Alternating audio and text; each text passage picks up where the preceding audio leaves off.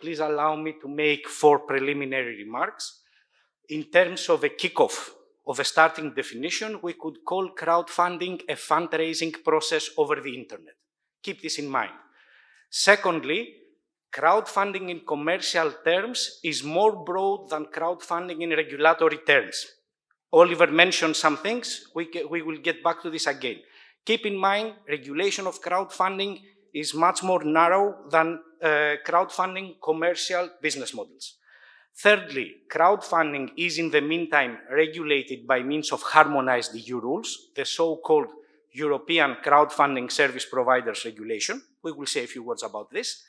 And having said it, as you noticed, the focus is placed on the platform operator. It is called the European Crowdfunding Service Providers Regulation. So the focus is not placed on the investor, it is not placed on the project owner. The regulatory focus in terms of authorization and contact rules is placed on the platform operator. We will see this in detail. Few words about the structure of the presentation. We will start by explaining why crowdfunding is important both for the economy but also from a regulatory perspective. Oliver mentioned a few things, we will sum them up. Then we will have a quick overview of crowdfunding from a business model perspective, because as it has been already said, not all crowdfunding business models are relevant from a regulatory perspective. So we will sort this out so that we can focus on those business models to which the existing regulations apply. We will say a few generic words about the European Crowdfunding Service Providers Regulation. We will become a little bit more specific to speak about its key features, and then we will become a little bit more specific in order to speak about specific provisions that impose specific requirements. And we will close just by providing a clarification about what a term employed in this regulation, the bulletin board, is, just to clarify its meaning. And this is how we will close. So in the introduction, we will speak about the importance of crowdfunding both for the economy as well as for the regulator. The former may be of importance to entrepreneurs who want to see whether crowdfunding could be an option for financing their business. The importance of crowdfunding from a regulatory perspective might be of relevance to those who are interested in providing crowdfunding services or advising those that intend to provide crowdfunding services. I'm starting now from where Oliver left it. Crowdfunding and its importance for the economy, it's actually an alternative source of financing. And what do we mean by saying alternative source of financing? Actually, when we speak about crowdfunding, we speak by definition for SMEs, small, medium enterprises. Those businesses may have a promising future, but however, they lack track record, they lack transaction volume, and for this reason, they do not have access to conventional bank financing, nor the means for carrying out a normal IPO, an initial public offering. So crowdfunding, by definition, offers to SMEs an alternative source of financing. It is also adapted to current circumstances. In what sense? After the pandemic, business by means of physical interaction has been very limited, if not diminished. So crowdfunding is within the spirit of our times. But it is also important in terms of financial services supervision. Why that?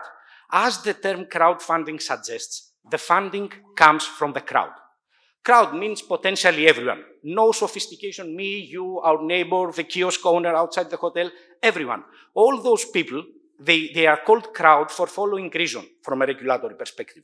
They do not have financial literacy. They do not have financial services sophistication. And in a regulatory context, the less sophisticated the person concerned, the more increased the regulatory interest. This is why crowdfunding has been subjected to regulation, in order to protect the crowd, namely investors who contribute. Even if the amounts are small, they contribute amounts lacking financial sophistication, so they need some guidance and protection. So when we speak about the crowdfunding service providers regulation, we are actually speaking about limitations, investor protection safeguards, disclosures, reflection rights, etc., etc. All this because the crowdfunding investors are usually non-sophisticated investors. And the crowdfunding service providers regulation builds upon this fact and distinguishes between sophisticated and non-sophisticated investors. It is also a technologically innovative business model. Oliver also mentioned something about regulation of cryptos. One would say now, cryptos are indeed innovative. What is innovative by having interaction over the internet? This is still an innovation. This is why crowdfunding had been integrated in the fintech plan. However, it is not disruptive innovation. But that's another story. Consider the fact that buyers, that investors and project owners can interact over the internet. Consider it as sufficient to establish the innovative character of the crowdfunding business. And as a result, to increase regulatory focus. Now, we will have a quick overview of the crowdfunding from a business model perspective. The purpose is to carve those business models out that are not relevant for regulatory purposes. Oliver was kind enough to provide a categorization with insights. I will just sum up and translate in regulatory terms which are the relevant business models and the reasons for that. Donation-based, Oliver already explained it. Keep in mind, there is no reward. It's a private arrangement, no regulatory focus. For instance, you are a sponsor actually. Someone wants to write a book, someone wants to travel around the world. You sponsor his trip and he may give you a moral reward. He may thank you in his acknowledgements. Then we have the pre-selling and reward-based crowdfunding. As Oliver very accurately pointed out, there is a reward, but it is just a good of service. There is no money for money. There is no financial reward. So those two business models already fall outside regulatory focus. In the former case, because actually there is no consideration, there is no business element. In the second case, because there is a reward, but it is minimal, as Oliver had also pointed out, and this reward is not a financial reward. So it is not relevant from a financial services perspective. Now, let's have a look at the other two business models that Oliver also pointed out, the loan-based and the investment-based crowdfunding. Why are those being put together? For the simple reason, because in both cases, the objective is the financing of businesses. And now we have entered the regulatory perimeter. Only those crowdfunding business models that relate to the funding of businesses are relevant from a regulatory perspective. And this is indeed the case with the loan-based and the investment-based crowdfunding. Why this? A loan is a debt instrument. The investment-based crowdfunding by means of equity, debt securities, etc., is financing by means of transferable securities, hence financial instruments. Loans and financial instruments are both financing instruments. So the reward is by definition a financial reward. Exactly because we have a financial reward at stake, a dos ut des, and because we have also in place the exclusive objective of financing businesses, the loan-based crowdfunding and the investment-based crowdfunding are those that have been subjected to regulation. So donation-based, pre-selling, commercially they exist, but from a regulatory perspective, they are irrelevant. So let's have a typical structure of how a regulated, a business funding-related crowdfunding structure operates. We have the investors. We have no longer contributors. There is no donation. There is no reward-based crowdfunding. We have investors expecting a financial reward at pre-agreed terms. We have the platform operator. Notice what we had said in the kickoff definition. It is a fundraising process over the internet. The platform operator carries out many functions. Oliver pointed many of those out. He does the project selection. In many cases, he may also do the project pricing. He intermediates. In what sense? He facilitates the granting of loans, and he places, and I'm speaking in regulatory terms now, and he also assists the project owners to place their securities with the investors and the investors to transmit their interest to the project owner. In either cases, this relates to financing intermediate, so it is actually a financial services intermediation. This is why crowdfunding service providers have been subjected to regulation, because the core service from a regulatory perspective is the intermediation. And if you take a look at the European regulation, you will see that crowdfunding services are defined as the matching of business funding interests between investors and project owners. And the crowdfunding service provider intermediates. Another important function that the platform operator carries out is the monitoring of the cash flows. The investors transfer the money to the project owner. The project owner, as per the agreed terms, must proceed to certain payments depending on the economic rights embedded in the instrument in question. Plus, he must also, if he wants, safekeep the assets of the investors. The project owner receives money, performs certain cash flows as agreed, plus provides information on the project. Already at this stage, we have the answer why the regulatory focus has been placed on the platform provider.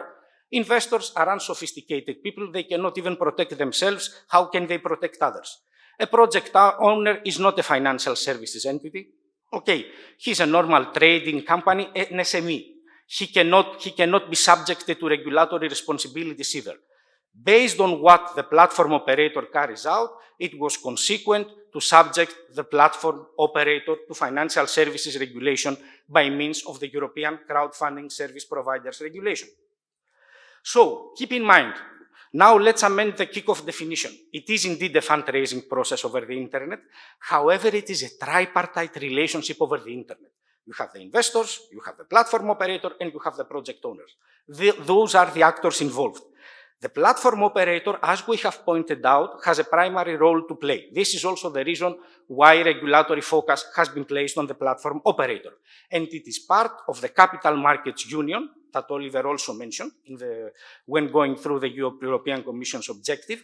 It is actually one of the financing policies in order to create a single market. And this is why this regulation, in the context of this policy, has also this regulation been devised. Now, having carved out those business models that are not relevant from a regulatory perspective, we will see crowdfunding as a regulated activity, and we will start speaking about the European regulation currently in force. So, non-regulated business is the reward-based and non-reward-based crowdfunding, and then we have the regulated business comprising of loans and of transferable securities. Transferable securities, just allow me, Oliver, to amend what you had said before, does not only comprise equity, it also comprises bonds and other forms of securitized debt.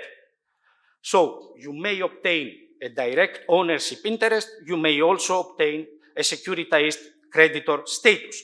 What is important to say at this point is that the European regulation provides for a third category of financing means, the so-called admitted instruments for crowdfunding purposes. Forget the term.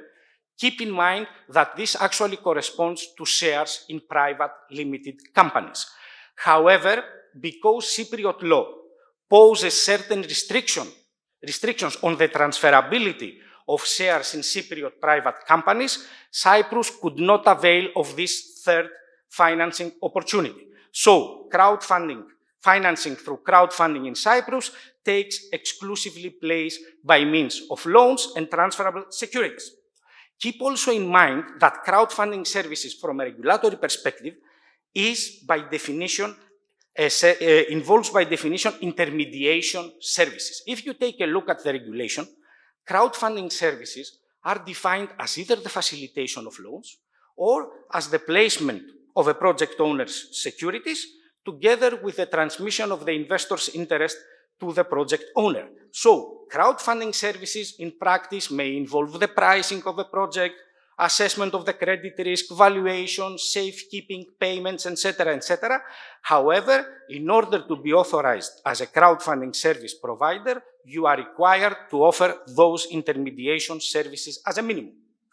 Furthermore, if we were to leave this place now, we would say that crowdfunding is a limited, direct, and EU-focused IPO over the internet. It is limited because no project can exceed 5 million euros. This is the pan-European threshold for launching an IPO. Remember what we had said in the beginning.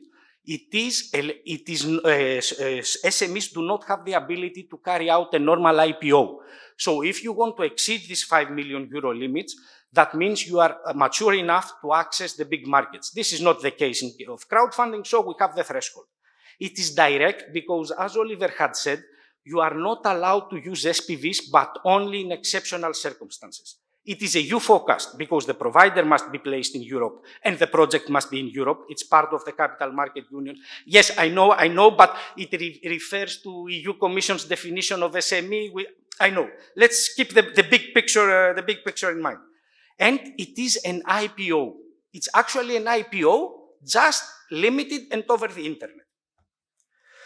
So, you have to go through an authorization process. The colleagues from CISEC know how a regulated entity is authorized. You need to approve the shareholders, the board.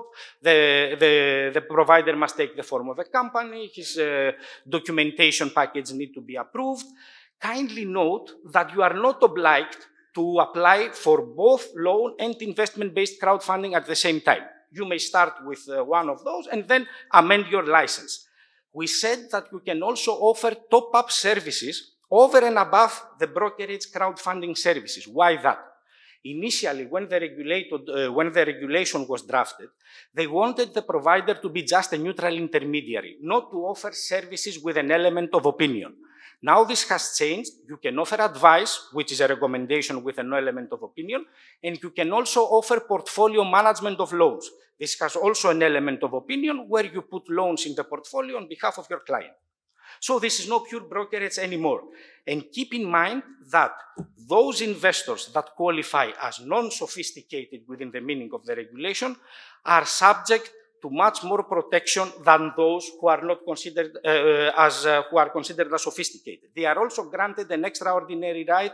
We will mention it in the next few minutes. Passporting is possible.